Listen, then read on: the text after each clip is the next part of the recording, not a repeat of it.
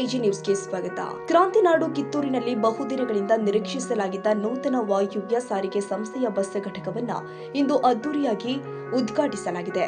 ಕರ್ನಾಟಕ ಸರ್ಕಾರದ ಸಾರಿಗೆ ಸಚಿವರು ಆದ ರಾಮಲಿಂಗಾರೆಡ್ಡಿ ಹಾಗೂ ಕಿತ್ತೂರು ಶಾಸಕ ಬಾಬಾ ಸಾಹೇಬ್ ಪಾಟೀಲ್ ಅವರ ಅಮೃತ ಹಸ್ತದಲ್ಲಿ ಘಟಕವನ್ನು ಉದ್ಘಾಟಿಸಲಾಗಿದೆ.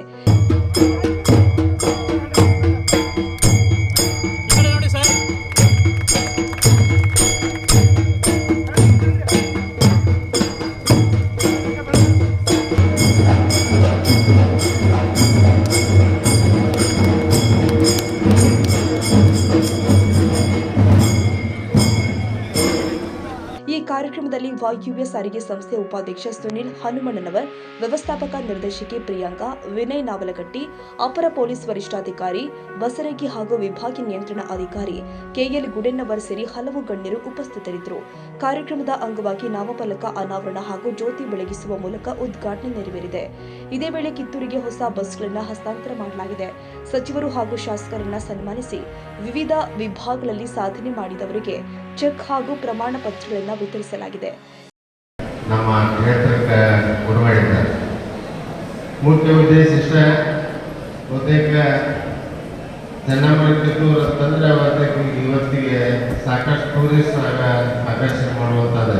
ಇಲ್ಲಿಂದ ಸಂಗೊಳ್ಳಿ ಹೋಗೋದಾದ್ರು, ಇನ್ನು ಕೆಲವೇ ದಿನಗಳಲ್ಲಿ ಟೀ ಪಾರ್ಕ್ ಕೂಡ ಅಂತೇಳಿ ಬೇರೆ ಬೇರೆ ಮೂಲೆಗಳಿಂದ, ರಾಜ್ಯದ ಮೂಲೆಗಳಿಂದ ಇಲ್ಲಿ ಪ್ರವಾಸಿಗರು ಬರ್ತಾರೋ ಅವ್ರನ್ನ ಎಕ್ಸಸ್ ಮಾಡುವಂಥ ಕೆಲಸ ಈ ನಮ್ಮ ಸಂಸ್ಥೆಯಿಂದ ಆಗುತ್ತೆ. ಅದ್ರ ಜೊತೆಗೆ ಬಹುಮುಖ್ಯವಾದಂತಂದ್ರೆ ನಮ್ಮ ವಿದ್ಯಾರ್ಥಿನಿಯರು ಬಹುತೇಕ ಈ ಪಟ್ಟಣದಿಂದ ಸುಮಾರು ಒಂದು 35-40 ಸಣ್ಣ ಹಳ್ಳಿಗಳು ಬರ್ತಾವೆ. ಹಳ್ಳಿಗಳಿಂದ ಏನೋ ಎಜುಕೇಷನ್ ಬರ್ಬೇಕಾದ್ರೆ ಬಹುತೇಕ ಎಲ್ಲ ವಿದ್ಯಾರ್ಥಿನಿಯರು ಇಲ್ಲಿಗೆ ಬರಬೇಕು. ಹೈಯರ್ ಎಜುಕೇಷನ್ ಇಲ್ಲಿಂದ ಬೆಳಗಾವಿಗೆ ಹೋಗ್ಬೇಕು, ಇಲ್ಲಿಂದ ಧಾರವಾಡಕ್ಕೆ ಹೋಗ್ಬೇಕು.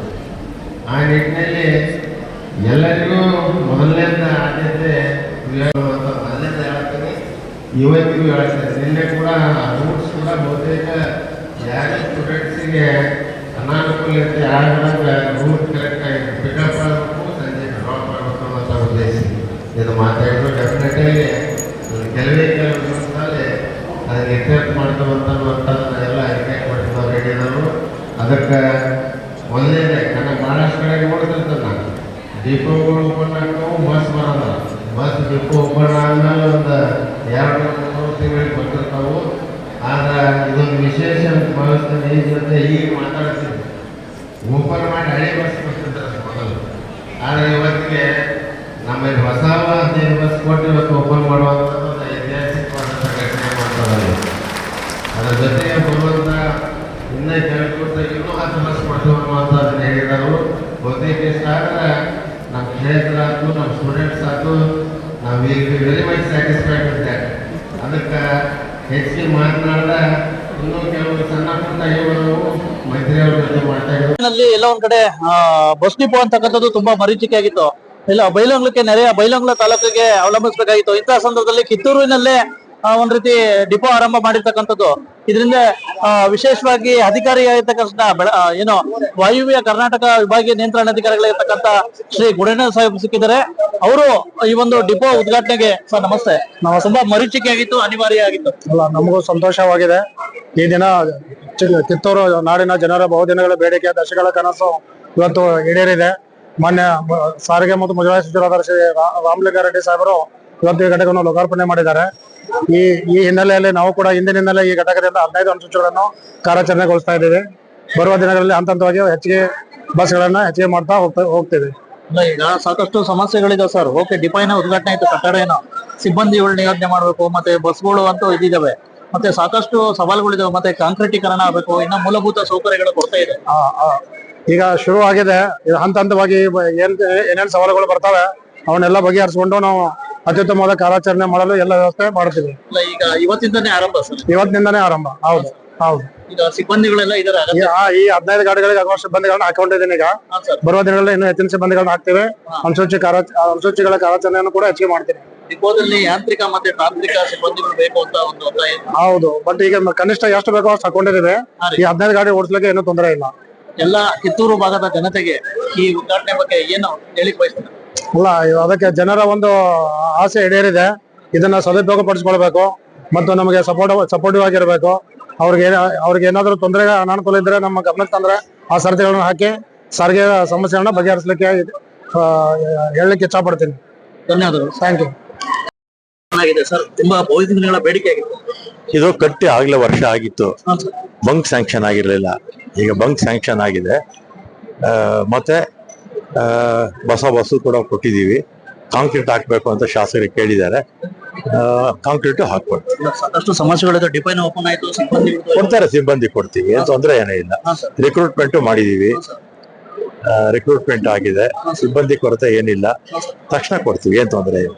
ಇಲ್ಲಿರ್ತಕ್ಕಂಥ ಶಾಸಕರ ವಿಶೇಷ ಪ್ರಯತ್ನದಿಂದ ಉದ್ಘಾಟನೆ ಆಗಿದೆ. ಶಾಸಕರ ಬಗ್ಗೆ ಶಾಸಕರು ಅವರ ಪ್ರಯತ್ನ, ಈ ಹೊಸ ಎಲ್ಲ ಬಸ್ಸುಗಳೆಲ್ಲ ಕೊಡ್ಬೇಕು ಅಂತ ಅವರೆಲ್ಲ ಪ್ರಯತ್ನದಿಂದಾನೇ ಆಗಿರೋದು.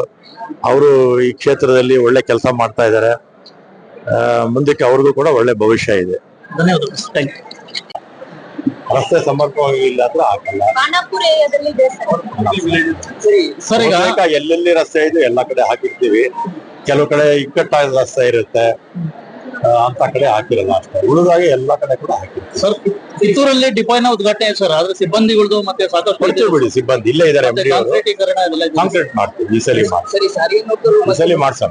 ಸಾರಿಗೆ ನೌಕರು ಬೊಮ್ಮಾಯಿ ಅವರಿದ್ದಾಗ ಸುಮಾರು ಒಂದು 14 ತಿಂಗಳದು ಅರ್ಹರ್ಸು ಇದ್ ಮಾಡ್ಬೇಕು ಅಂತ ಇದ್ ಮಾಡಿದೆ ಸರ್. ಅದು ಪೆಂಡಿಂಗ್ ಇದೆ ಸರ್. ಯಾವ್ದು? ಬೊಮ್ಮಾಯಿ ಅವರ? ಹಾ ಸರ್. 38 ತಿಂಗಳು ಬಾಕಿ ಇಟ್ಟು ಹೋಗ್ಬಿಟ್ರು ಅವರು. ಹಾ ಸರ್. ಎಷ್ಟು? ಅವರು 23ರಲ್ಲಿ ಅವ್ರ ಅವಧಿ ಮುಗೀತಲ್ಲ, ಮುಗಿದಾಗ 2020ರಲ್ಲಿ ವೇತನ ಪರಿಷ್ಕರಣೆ ಆಗ್ಬೇಕಾಗಿತ್ತು. ವೇತನ ಪರಿಷ್ಕರಣೆ ಮಾಡದೆ ಕೊನೆಯಲ್ಲಿ ಅವರು ಹೋಗುವಾಗ 38 ತಿಂಗಳು ಈಗ ಅವ್ರ ಡಿಮ್ಯಾಂಡ್ ಇದೆಯಲ್ಲ, ಅದು ಅವರೇ ಬಾಕಿ ಇಟ್ಟು ಹೋಗಿ. ಈಗ ನಾವು ಅನೌನ್ಸ್ಮೆಂಟ್ ಮಾಡಿದೀವಿ, 26 ತಿಂಗಳು ಕೊಡ್ತೀವಿ. ಏಪ್ರಿಲ್ 1ರಿಂದ 25ನೇ ತಿಂಗಳಿನ ಕೊಡ್ತೀವಿ. ಕೇಳ್ತಾರೆ ಅವರು. ಕೇಳಿದ್ರೆ ನಾವು ತಪ್ಪು ಅಂತ ಹೇಳಕ್ಕಾಗತ್ತಾ? ಅದರ ಸರ್ಕಾರದ ನಿಲುವು ನಾವು ಹೇಳಿದ್ವಿ. ಬೈ ಎಲೆಕ್ಷನ್ ಬಾಗಲಕೋಟೆ ಲೀಡ್ ಇದೆ, ದಾವಣಗೆರೆ ಸಮಸಮವಾಗಿ ಹೋಗ್ತಾ ಇದೆ. ಅವು ಎಣ್ಣೆ ಅಂತಾರಲ್ಲ ಹಂಗೆ, ಅವು ಎಣ್ಣೆ ಆಟ ಅಂತಾರಲ್ಲ, ಅವ್ರ ಮೇಲಕ್ಕೆ ಹೋಗ್ತಾರೆ, ಇವ್ರ ಮೇಲೆ ಕೆಳಕ್ ಬರ್ತಾರೆ, ಇವ್ರ ಕೆಳಕ್ ಬರ್ತಾರೆ, ಅವ್ರ ಮೇಲಕ್ಕೆ ಹೋಗ್ತಾರೆ. ಕೊನೆಯದಾಗಿ ಕಾಂಗ್ರೆಸ್ ಅಂತರ ಕಡಿಮೆ ಆಗುತ್ತೆ, ಗೆಲ್ತು. ಮಲ್ಲಿಕಾರ್ಜುನ್ ಖರ್ಗೆ ಸಿಎಂ ಆ ವಿಚಾರ ಎಲ್ಲ ಕೇಳ್ಬೇಡ್ರಪ್ಪ. ಅಲ್ಪಸಂಖ್ಯಾತರು ಕಾಂಗ್ರೆಸ್ಗೆ ಕೈ ಕೊಟ್ರ ಅನ್ನುವಂಥದ್ದು ವಿಚಾರ. ಬಾಗಲಕೋಟೆ 15,000 ಲೀಡ್ ಇದೆಯಲ್ಲ, ಈಗಲೇ 15,000 ಲೀಡ್ ಇದೆ. ಆಮೇಲೆ ಹತ್ತತ್ರ ಒಂದು 300 ಬೂತ್ ಇರುತ್ತೆ ಅವರೇಜ್. ಅಲ್ಲಿ ಎಲ್ಲಿಂದ ಪ್ರಾರಂಭ ಮಾಡ್ತಾರೆ ಅನ್ನೋದು ಡೌಟ್. ನೋಡ್ಬೇಕಂತ. ಬಟ್ ಟಿಕೆಟ್ ಹಂಚಿಕೆ ವಿಚಾರವಾಗಿ ಸ್ವಲ್ಪ ಅಸಮಾಧಾನ ಆಗಿತ್ತಲ್ಲ, ಎಲ್ರಿಗೂ ಗೊತ್ತಲ್ಲ, ಅಸಮಾಧಾನ ಆಯ್ತಿದ್ದು ಎಲ್ಲರಿಗೂ ಗೊತ್ತಲ್ಲ. ಅಲ್ಲ, ಈಗ ಈಗ ಪೋಸ್ಟಲ್ ಬ್ಯಾಲೆಟ್ ಅಲ್ಲಿ ಅಧಿಕಾರಿಗಳ ತಪ್ಪಿನಿಂದ ಕೆಲವು ಕಡೆ ಆಗಿರುತ್ತೆ. ಈಗ ಮಾಲೂರಲ್ಲಿ ಕಾಂಗ್ರೆಸ್ ಅಭ್ಯರ್ಥಿ ಮೇಲೂ ಬಿಜೆಪಿ ಅಭ್ಯರ್ಥಿ ಹಾಕೊಂಡಿದ್ರು, ವೋಟ್ ಸರಿಯಾಗಿದೆ ಅಂತ ಬಂತು ಅಲ್ವಾ. ಇನ್ನು ಗಾಂಧಿನಗರದ ಒಂದು ಬಾಕಿ ಇದೆ. ಆಮೇಲೆ ಇದರಲ್ಲಿ ಆ ರೋಡ್ ಜಾಸ್ತಿ ಇದೆ ಅಂತ ಬಂದಿದೆ. ಇಲ್ಲಿ ವಿಧಾನ ಪರಿಷತ್ ಅಲ್ಲಿ ಚಿಕ್ಕಮಂಗ್ಳೂರ್ದು ಆ ರೋಡ್ ಜಾಸ್ತಿ ಇದೆ ಇವ್ರಿಗೇನೆ. ಅದು ಕೂಡ ಇನ್ನು ಕ್ಲಿಯರ್ ಆಗ್ಬೇಕು. ಅದು ಲೋಪದೋಷಗಳು ಯಾರು ಚುನಾವಣೆ ಅಧಿಕಾರಿ ಇರ್ತಾರೆ ಕರೆಕ್ಟ್ ಆಗಿ ಮಾಡಿದ್ರೆ ಕೆಲವು ಸಂದರ್ಭದಲ್ಲಿ ಕಾನೂನು ಚೌಕಟ್ಟಲ್ಲಿ ಸರಿಯಾಗಿರುತ್ತೆ, ಕೆಲವು ಸಂದರ್ಭದಲ್ಲಿ ತಪ್ಪು ಮಾಡಿದಾಗ ಸರ್. ಇವತ್ತು ಉಪಚುನಾವಣೆ ಫಲಿತಾಂಶ ಬರ್ತಾ ಇದೆ. ಉಪಚುನಾವಣೆ ಫಲಿತಾಂಶ ಬಳಿಕ ಮತ್ತೆ ರಾಜ್ಯ ರಾಜಕಾರಣದಲ್ಲಿ ಬದಲಾವಣೆ ಚರ್ಚೆ ಶುರು ಆಗುತ್ತೆ ಅನ್ನುವಂತ ಚರ್ಚೆ ಇದೆ ಸರ್. ಏನ್ ನಮ್ಮ ರಾಜ್ಯದಲ್ಲಿ ಏನಾಗಲ್ಲ. ಹೈಕಮಾಂಡ್ ಏನ್ ತೀರ್ಮಾನ ಮಾಡ್ತಾರೆ ಅದಕ್ಕೆ ಸಿದ್ದರಾಮಯ್ಯನವರು, ಶಿವಕುಮಾರ್ ಅವರು ಎಲ್ಲರೂ ಕೂಡ ಬದಲಾಗಿಲ್ಲ. ಶಿವಕುಮಾರ್ ಅವರು ಡೆಡ್ಲೈನ್ ಕೊಟ್ಟದ್ದು. ಶಿವಕುಮಾರ್ ಅವರು ಈ ಸರಿ ಬಂದಾಗ ನೀವೇ ಅವ್ರನ್ನ ಕೇಳ್ಬೇಕು. ಅಲ್ಲ, ನಿಮಗ್ ಗೊತ್ತಿರ್ತಾರೆ ಸೀನಿಯರ್ 15 ಜನ ಏನೋ ರಾಜೀನಾಮೆ ಕೊಡ್ತಾರೆ ಸಚಿವರು ಅಂತ ಹೇಳ್ಬಿಟ್ಟು ಸಂಪುಟ ವಿಸ್ತರಣೆ ಆಗುತ್ತೋ ಅಥವಾ ಪುನರಾವರ್ತನೆ? ಮುಖ್ಯಮಂತ್ರಿಗಳು ಆ ರೀತಿ ಕೇಳಿದಾಗ ಕೊಡ್ತಾರೆ. ಮುಖ್ಯಮಂತ್ರಿಗಳು ಕೇಳಿಲ್ಲ ಯಾರಿಗೂ ರಾಜೀನಾಮೆ ಕೊಡೋ ಪ್ರಶ್ನೆ ಉದ್ಭವ ಆಗಲ್ಲ. ಕೇಳಿದಂತ ಸಂದರ್ಭದಲ್ಲಿ ಕೊಡ್ಬೇಕು. ಹೈಕಮಾಂಡ್ ಇಷ್ಟೊಂದು ಗಂಭೀರವಾಗಿ, ಅಂದ್ರೆ ಈ ರಾಜ್ಯದಲ್ಲಿ ಇಷ್ಟೊಂದು ಸಮಸ್ಯೆ ಇದೆ, ಗಂಭೀರವಾಗಿ ಸ್ಥಾನ ವಿಚಾರವಾಗಿ ಸಾಕಷ್ಟು ಗೊಂದಲ ಇದೆ, ಅದನ್ನ ಯಾಕೆ ಬಗೆಹರಿಸಲ್ಲ? ಬಗೆಹರಿಸಬೇಕಾಗಿತ್ತು. ಅದೇ ಯಾಕೆ ಬಗೆಹರಿಸಬೇಕಾಗಿತ್ತು? ಯಾಕೆ ಅಂತ ಹೈಕಮಾಂಡ್ ಕೇಳ್ಬೇಕಷ್ಟೇ. ಹೈಕಮಾಂಡ್ ಅಲ್ಲ, ನೀವು ಸ್ಥಳೀಯ ನಿವೇದನೆ ನೀವೇ. ಈಗ MLA ಗಳಾದವರು ಸಾಕಷ್ಟು ಅನುಭವ ಇರ್ತಕ್ಕಂಥವ್ರು ಅಲ್ವಾ. ಅವರು ಅವ್ರವ್ರ ಜವಾಬ್ದಾರಿಗಳನ್ನ ಶಾಸಕರು ಇರ್ಬೋದು ಅಥವಾ ಮಿನಿಸ್ಟ್ರೀಸ್ ಇರ್ಬೋದು ನಾವು ಅರ್ತ್ಕೋಬೇಕು. ಮಾಧ್ಯಮಗಳು ಹೋಗ್ಬಾರ್ದು ಅನ್ನೋದು, ಮಾಧ್ಯಮಗಳು ಹೋದ್ರೆ ಪಕ್ಷಕ್ಕೆ ಡ್ಯಾಮೇಜ್ ಆಗುತ್ತೆ ಅಂತ ನಾವು ತಿಳ್ಕೋಬೇಕು. ತಿಳ್ಕೊಳ್ತಾ ಇದ್ರೆ ಈ ರೀತಿ ಗೊಂದಲ ಆಗುತ್ತೆ. ಸತೀಶ್ ಜಾರಕಿಹೊಳಿ ಇದರಲ್ಲಿ ಕೇಂದ್ರದಲ್ಲಿ ತಮಿಳುನಾಡಲ್ಲಿ ಸೆಟ್ಬ್ಯಾಕ್ ಆಗಿದೆ. ಅದೇ ನೋಡಿದೆ ನಾನು, ವಿಜಯ್ ಪಕ್ಷ ಏನೋ ಇದ್ರ ಪ್ರಕಾರ ಬುದ್ಧ ಇದೆ. ಇನ್ನು ಕೊನೆಗೆ ನೋಡ್ಬೇಕಲ್ಲ, ಅಂತಿಮವಾಗಿ ಏನಾಗುತ್ತೋ ನೋಡ್ಬೇಕು. ವೆಸ್ಟ್ ಬೆಂಗಾಲ್ ಏನಾಗಿದೆ, ಚುನಾವಣೆಯಲ್ಲಿ ಈಗ SIR ಮಾಡಿದ್ರು ಅಲ್ವಾ. ಚುನಾವಣೆಯರು ಈ ದೇಶದ ಸಂವಿಧಾನಕ್ಕಿಂತ ದೊಡ್ಡವರು ಅಂತ ಮಾಡ್ಬಿಟ್ಟಿದಾರಪ್ಪ ನಮ್ಮ ದೇಶದಲ್ಲಿ. ಅವ್ರ ಮೇಲೆ ಏನು ಲೀಗಲ್ ಆಕ್ಷನ್ ತಗೊಳ್ಳೋಗೆ ಇಲ್ಲ, ಆ ರೀತಿ ಕಾನೂನು ತಂದಿದಾರ ಇಲ್ವೋ. ಅವ್ರ ಮೇಲೆ ಯಾರು ಏನು ಕೇಳೋ ಹಾಗೆ ಇಲ್ಲ, ಅವ್ರ ಮೇಲೆ ಯಾರು ಕೇಸ್ ಹಾಕೋ ಹಾಗೆ ಇಲ್ಲ. ಸರ್ವಾಧಿಕಾರಿ ಅಂತಾರಲ್ಲ, ಅದಕ್ಕಿಂತಲೂ ಇನ್ನೂ ಉನ್ನತ ಸ್ಥಾನಮಾನಗಳು ಕೊಟ್ಬಿಟ್ಟಿದ್ದಾರೆ ಅವ್ರಿಗೆ. 90 ಲಕ್ಷ ಮತದಾರರು ತೆಗೆದಾಕಿದ್ದಾರೆ. 90 ಲಕ್ಷ ಮತದಾರರು ತೆಗೆದಾಕ್ತಾರೆ. ರಿಸಲ್ಟ್ ಏನೇನಾಗುತ್ತೆ ಅನ್ನೋದು ನೀವೇ ಯೋಚನೆ ಮಾಡ್ಕೊಳ್ಳಿ. ಸತೀಶ್ ಜಾರಕಿಹೊಳಿ ಅವರು KPCC ಅಧ್ಯಕ್ಷ ಆಗ್ಬೇಕು ಅಂತ ಹೇಳ್ಬಿಟ್ಟು ಒಂದು ಇದಿದೆ ಸರ್. ಹೈಕಮಾಂಡ್ ನೇಮಕ ಮಾಡಿದ್ರೆ ನಾವೆಲ್ಲ ಸ್ವಾಗತ ಮಾಡ್ತೀವಿ ಸರ್. ಒಂದ್ ವೇಳೆ ಫಲಿತಾಂಶ ಈ ಫಲಿತಾಂಶದಲ್ಲಿ 50-50 ಆದ್ರೆ, ಒಂದು ಗೆದ್ರೆ ಒಂದು ಸೋತ್ರೆ ಆ ಸೋಲನ್ನು ಒಪ್ಕೋತೀರಾ ಸರ್? ಎಲ್ಲಿ ದಾವಣಗೆರೆ ಅಥವಾ ಬಾಗಲಕೋಟೆ? ಈಗ ಬಿಜೆಪಿ ಸರ್ಕಾರ ಇದ್ದಾಗ ಬೈ ಎಲೆಕ್ಷನ್ಸ್ ಅಲ್ಲಿ ಅವರು ಸೋತಿದ್ರು ಅಲ್ವಾ, ಅವರು ಸೋತಿದ್ರು. ಈಗ ನಾವು ಸೋಲೋ ಪ್ರಶ್ನೆನೇ ಇಲ್ಲ ಬಿಡಿ. ದಾವಣಗೆರೆನೂ ಕಡಿಮೆ ಲೀಡಲ್ಲಿ ಗೆಲ್ತೀವಿ. ಸಾಯಂಕಾಲ ಫೋನ್ ಮಾಡಿ. ಈ ಸಂದರ್ಭದಲ್ಲಿ ಅಭಿಯಂತರು ಆದ ಸೋಮಣ್ಣ ಅಂಗಡಿ, ಸಿದ್ದೇಶ್ವರ ಎನ್, ಶಿವಮೂರ್ತಿ, ತಿಮ್ಮಾರೆಡ್ಡಿ, ದಿನೇಶ್ ಶಿರಸಾಟಿ, ತಹಸೀಲ್ದಾರ್ ಕಲ್ಲಗೌಡ ಪಾಟೀಲ್ ಸೇರಿ ವಿವಿಧ ಅಧಿಕಾರಿಗಳು, ಸಿಬ್ಬಂದಿ ಹಾಗೂ ಸ್ಥಳೀಯ ಮುಖಂಡರು ಉಪಸ್ಥಿತರಿದ್ದರು. ಒಟ್ಟಾರೆ ಕಿತ್ತೂರಿನ ಜನರ ಬಹುದಿನಗಳ ಬೇಡಿಕೆಯಾಗಿದ್ದ ನೂತನ ಬಸ್ ಘಟಕ ಉದ್ಘಾಟನೆಗೊಂಡಿದ್ದು ಸಾರ್ವಜನಿಕ ಸಾರಿಗೆ ವ್ಯವಸ್ಥೆಗೆ ಮತ್ತಷ್ಟು ಬಲ ನೀಡುತ್ತೆ.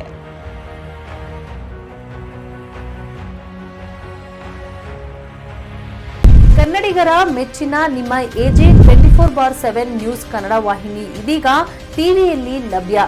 ವೇಳೆ ನೋಟಿಸ್ ಕೊಟ್ಟಿದ್ರೆ ವಾಪಸ್ ತಗೋತೀವಿ. ಇವತ್ತು ವಕ್ಫ್ ಪ್ರಾಪರ್ಟಿ ಅಂತೇಳಿ ಬರ್ತದೆ ಅಂತ ಹೇಳಿದ್ರೆ ರೈತರು ಬೀದಿಗೆ ಬಂದ್ರೆ ಏನ್ ಮಾಡ್ಬೇಕಾಗತ್ತೆ? ಯಾರು ವೋಟ್ ಹಾಕಿಲ್ಲ ಅಂದ್ರೆ ಗ್ಯಾರಂಟಿನೆಲ್ಲ ಸ್ಟಾಪ್ ಮಾಡ್ಬಿಡ್ತೀವಿ.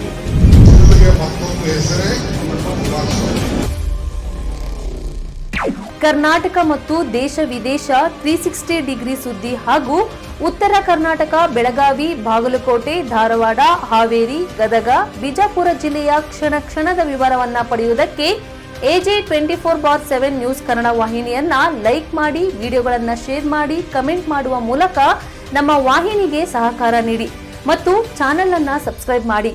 ಧನ್ಯವಾದಗಳು.